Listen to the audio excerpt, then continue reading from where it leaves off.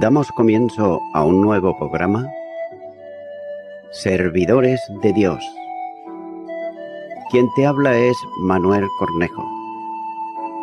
Estaré compartiendo la palabra de Dios y lo haré de una manera expositiva, versículo a versículo. Y en esta ocasión será en la segunda carta a los Corintios, capítulo 4 y versículo 4, donde dice: en los cuales el Dios de este siglo cegó el entendimiento de los incrédulos para que no le resplandezca la luz del Evangelio, de la gloria de Cristo, el cual es la imagen de Dios. Continúo ahora con la segunda parte de este versículo 4, donde sigue diciendo que se ha considerado anteriormente la limitación que voluntariamente el Verbo de Dios hizo al encarnarse para ser en todo semejante a los hombres.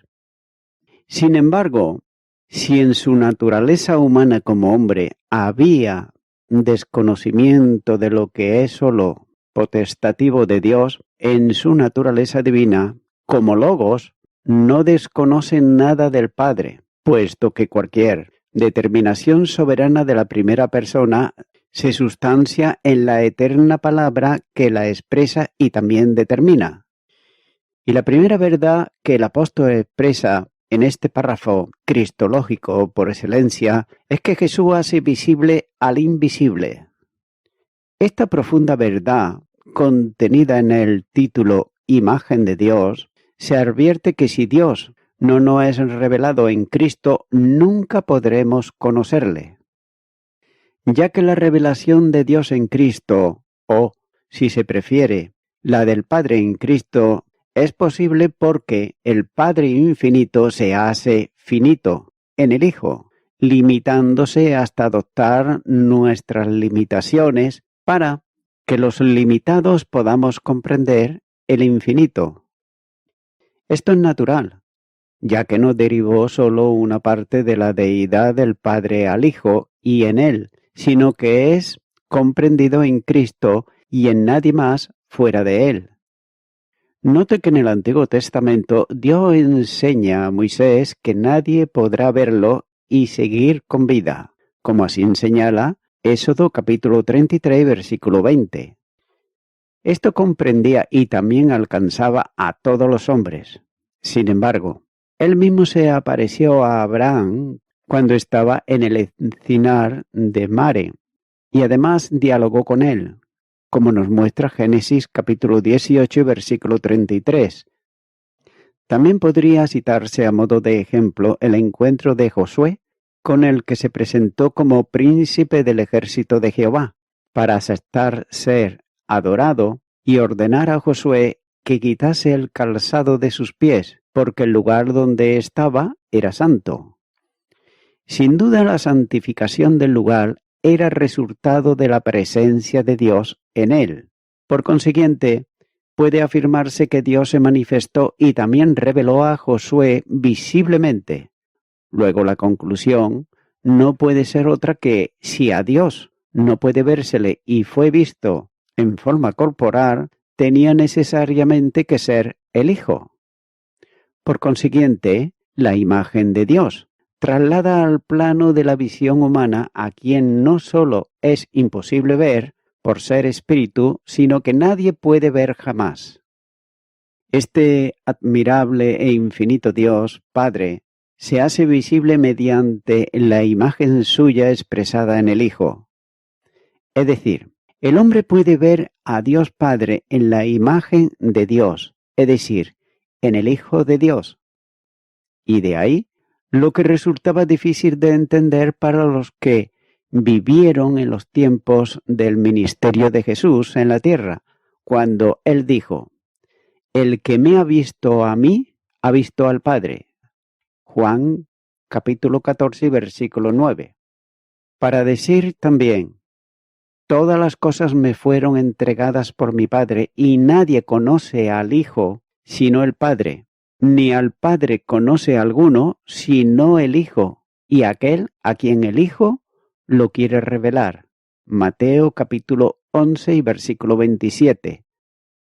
Es en la corporeidad de Jesús donde únicamente se puede contemplar al invisible, como señala, por ejemplo, por citar algunos versículos, Juan capítulo 1, versículo 18, capítulo 14, versículo 9, Hebreos capítulo 11, versículo 27.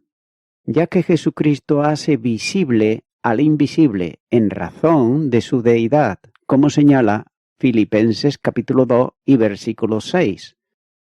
También manifiesta la gloria de Dios en su propia gloria personal. Hebreos capítulo 1 y versículo 3 dice: el cual, siendo el resplandor de su gloria y la imagen misma de su sustancia, y quien sustenta todas las cosas con la palabra de su poder, habiendo efectuado la purificación de nuestros pecados por medio de sí mismo, se sentó a la diestra de la majestad en las alturas. El hombre puede ver en Jesús al Dios invisible, ya que Cristo es enviado para revelar al Padre. A Dios nadie le vio jamás. El unigénito Hijo, que está en el seno del Padre, Él le ha dado a conocer. Juan capítulo 1 y versículo 18. Por otro lado, en Cristo se realiza absolutamente como segundo Adán, la dimensión plena de la imagen de Dios en el hombre.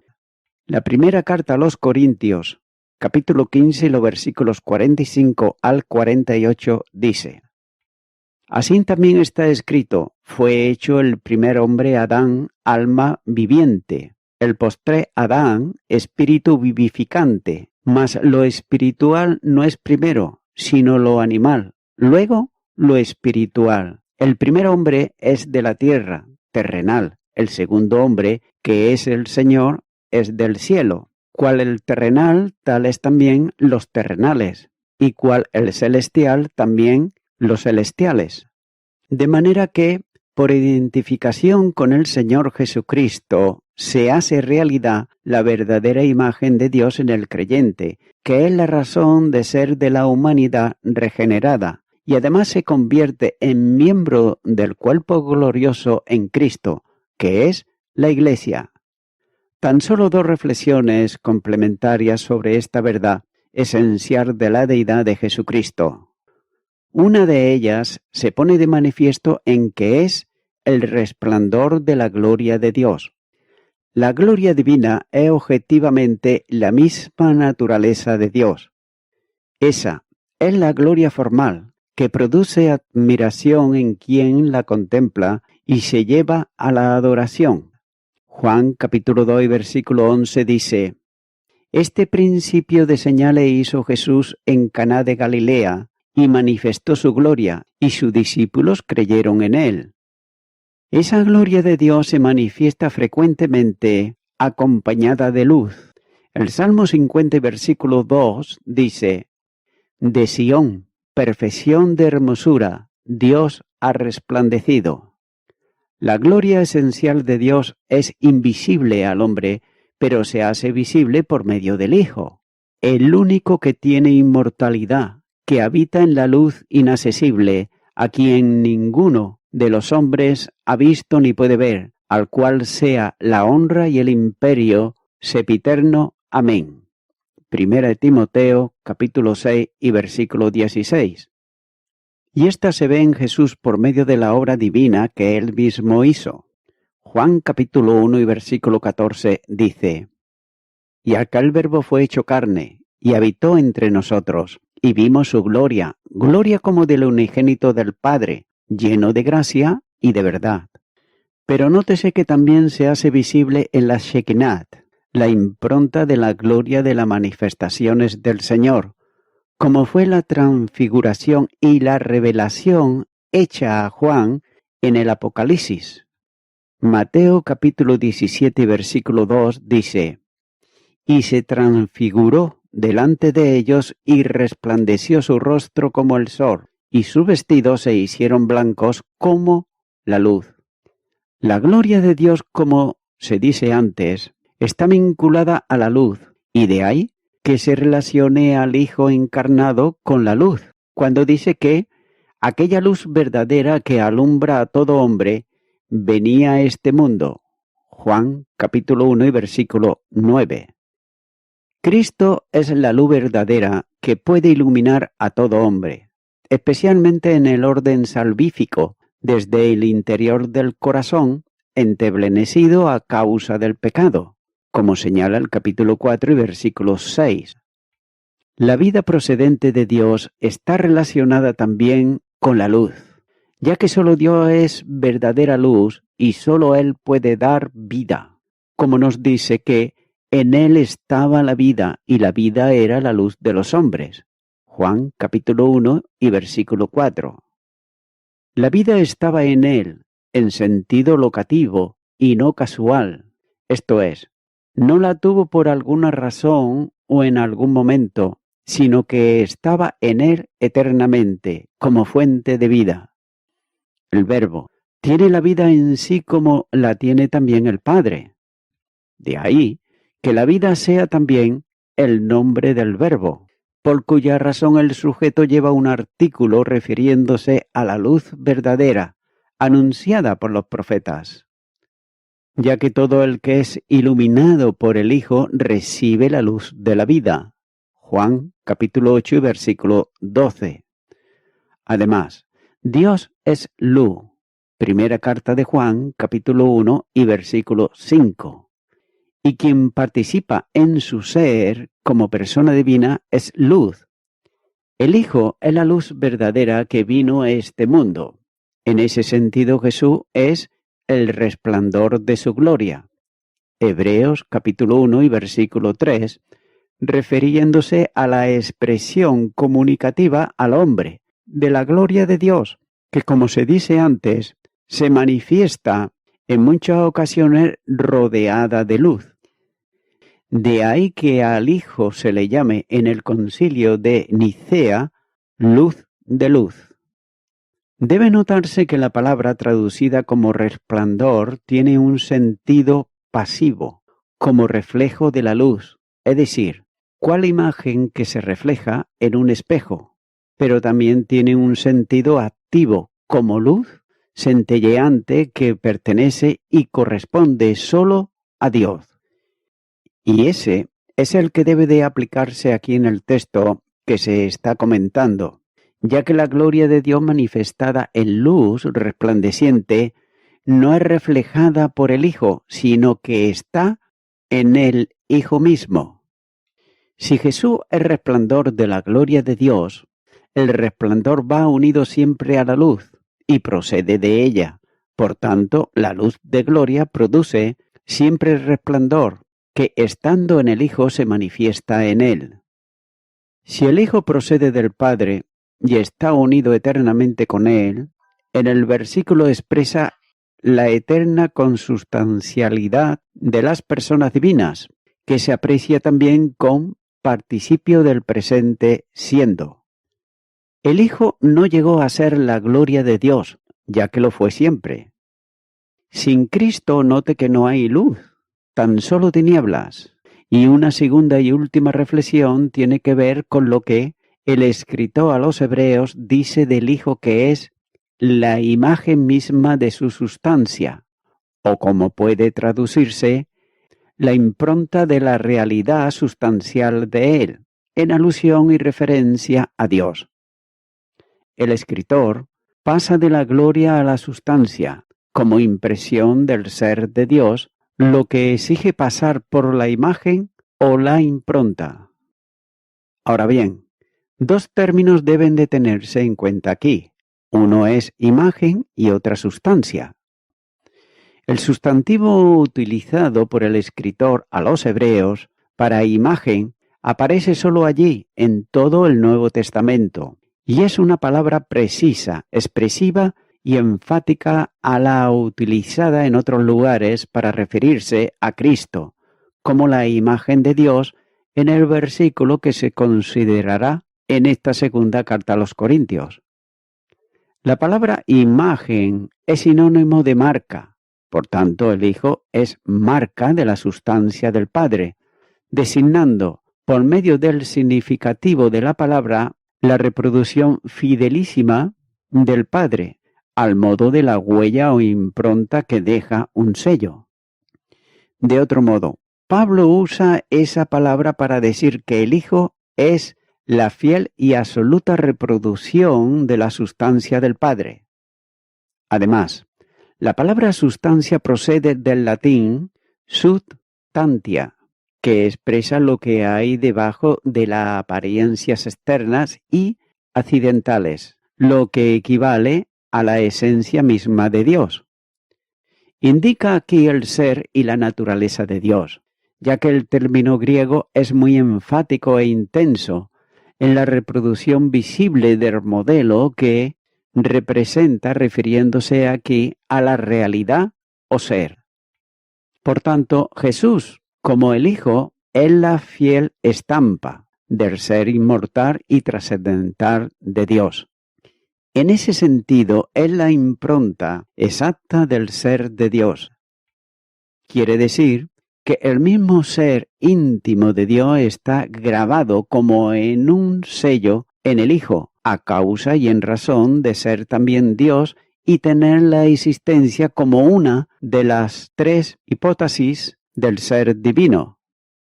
En el Hijo se manifiestan absoluta y claramente todos los atributos y perfecciones de la deidad. También debe de entenderse que el término sustancia ha de ser considerado como triple en Dios, en relación de cada una de las tres personas divinas, mientras que el término esencia es una sola, por cuanto las tres personas participan en ella. Quiere decir esto que cualquier peculiaridad que pertenezca al Padre en relación con la esencia es manifestada en Cristo, a quien corresponde tenerla también, de modo que quien conoce a Cristo conoce al Padre. Juan capítulo 14 versículo 9 dice: Jesús le dijo: ¿Tanto tiempo hace que estoy con vosotros y no me has conocido, Felipe? El que me ha visto a mí, ha visto al Padre. ¿Cómo pues dices tú, muéstrame al Padre? Jesús es presentado como la manifestación corporal exacta de Dios. La gloria de Cristo resplandece en la proclamación del Evangelio, iluminando internamente al corazón que está en tinieblas. Y esta fue la expresión del apóstol en Gálatas capítulo 1 y versículo 16, donde dice: revelar a su Hijo en mí, para que yo le predicase entre los gentiles. No consulté enseguida con carne y sangre. Cristo fue revelado no solo a Pablo, sino en Pablo, esto es, en su interior. La gloria de Cristo permite conocer a Dios para la vida eterna. El Evangelio de Juan, capítulo 17, versículo 3, dice: Y esta es la vida eterna, que te conozcan a ti, el único Dios verdadero, y a Jesucristo, a quien has enviado. Continúa ahora con el versículo 5, donde dice: Porque no nos predicamos a nosotros mismos, sino a Jesucristo como Señor y a nosotros como vuestros siervos por amor de Jesús. Comienza diciendo este versículo: porque no nos predicamos a nosotros mismos, sino a Jesucristo como Señor. El mensaje de Pablo proclamaba el señorío de Cristo. Jesucristo era Señor, ya que era algo central en la predicación del apóstol. Cuando dice que si confiesas con tu boca que Jesús es el Señor y crees en tu corazón que Dios le levantó de los muertos, serás salvo. Romanos capítulo 10, versículo 9. Y así enseña también cuando dice: y toda lengua confiese que Jesucristo es Señor, para gloria de Dios Padre. Filipenses capítulo 2 y versículo 11. El reconocimiento del señorío de Cristo implica la rendición a Él del corazón antes que era rebelde. Y dos problemas traslucen en esta primera frase del versículo, ya que los enemigos de Pablo le acusaban de predicar un mensaje que favorecía sus intereses ocultos, pero también no olvidaba el espíritu sectario y divisionario que había en la iglesia en Corinto. donde los creyentes habían tomado un nombre, entre ellos el de Pablo, para formar un partido en oposición al resto de los hermanos, como señala la primera carta a los Corintios, capítulo 1 y versículo 13. Y de ahí la firmeza de la expresión que afirma que no se predicaba a sí mismo. Note que su posición y ética era semejante a la de Juan Bautista, que hablaba de Jesús y decía: es necesario que Él crezca, pero que yo mengüe. Juan capítulo 3 y versículo 30.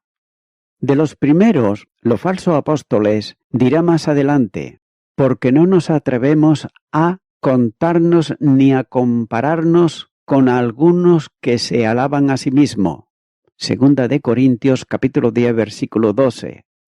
Aquellos eran para el apóstol obreros fraudulentos. Segunda de Corintios capítulo 11 versículo 13. También eran verdaderos usurpadores que se aprovechaban de los creyentes para enriquecerse y gobernar como señores la iglesia de Dios. Segunda de Corintios capítulo 11 versículo 20.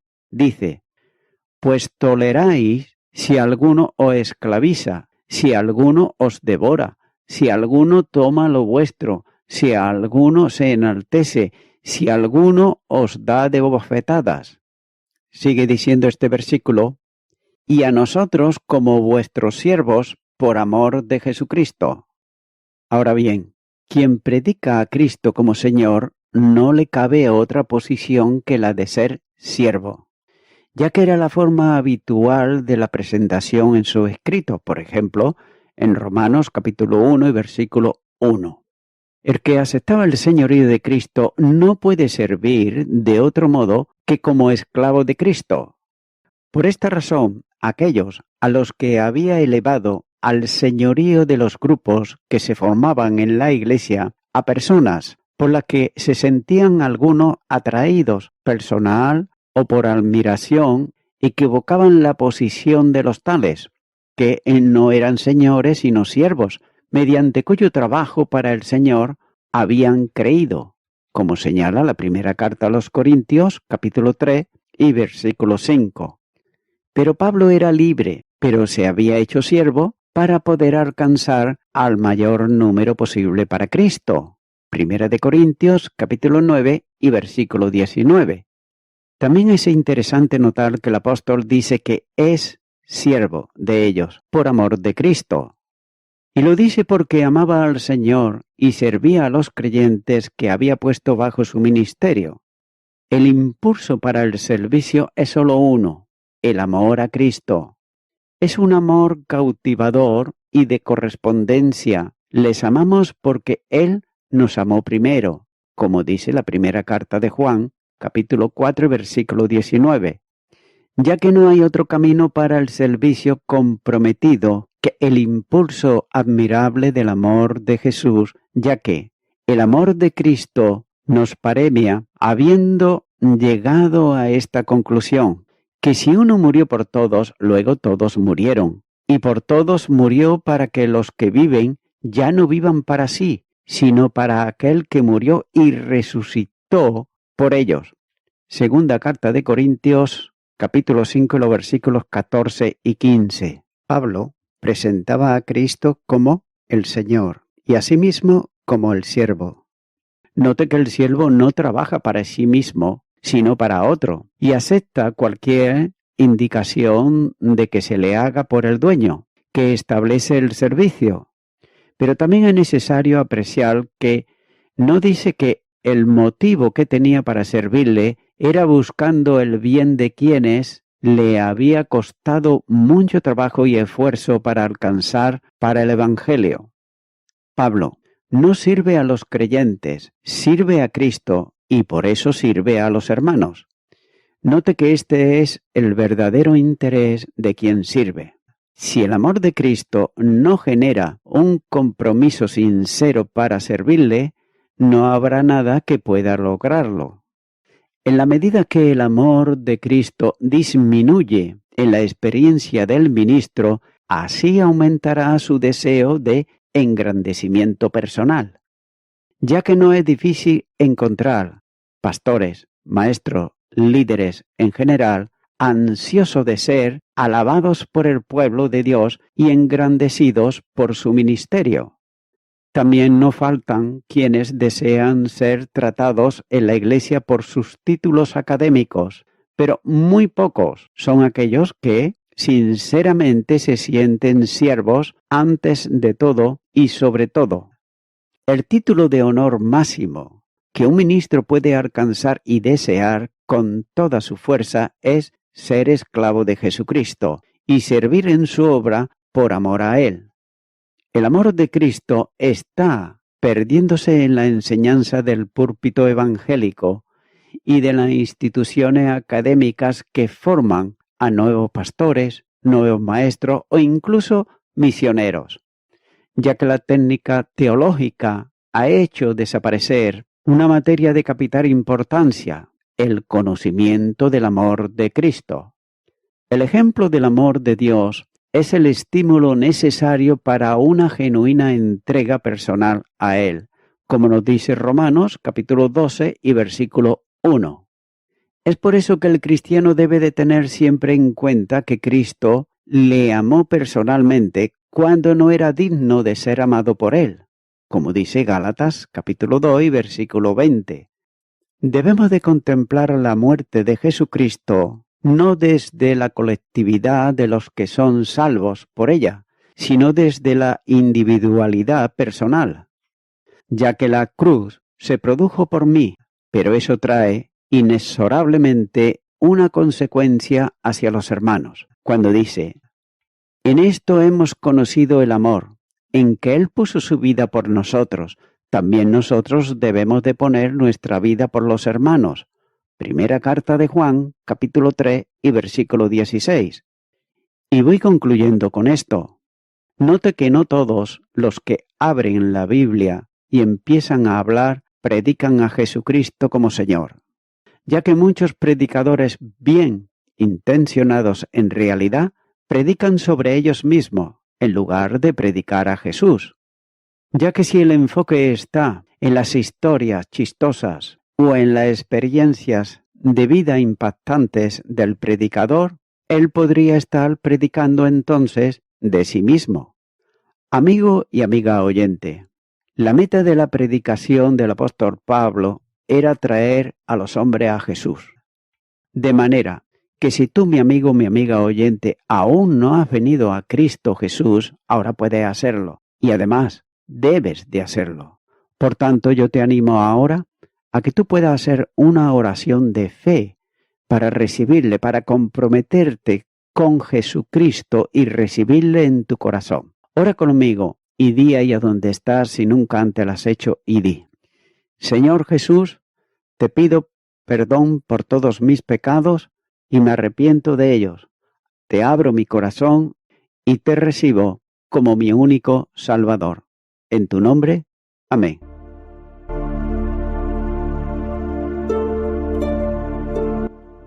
Amigo y amiga oyente, si tú has hecho esta oración de corazón, te recomiendo que comiences a orar a Dios, en primer lugar, en el nombre del Señor Jesucristo. Orar a Dios no es rezar, sino que es hablar con una persona. También te recomiendo que leas la palabra de Dios y lo hagas a diario. Comienza, por ejemplo, con el Nuevo Testamento. Y también, por último, te recomiendo que para que puedas crecer espiritualmente, te congregues en una iglesia cristiano-evangélica, donde se predique, se enseñe y se practique la sana doctrina y la palabra de Dios. Congrégate ahí y con el tiempo podrás crecer espiritualmente y también servir al Señor Jesucristo. Que Dios te bendiga. Y a toda la audiencia, nuevamente ya me estoy despidiendo de todos ustedes y será hasta el próximo programa. Que Dios os bendiga a todos.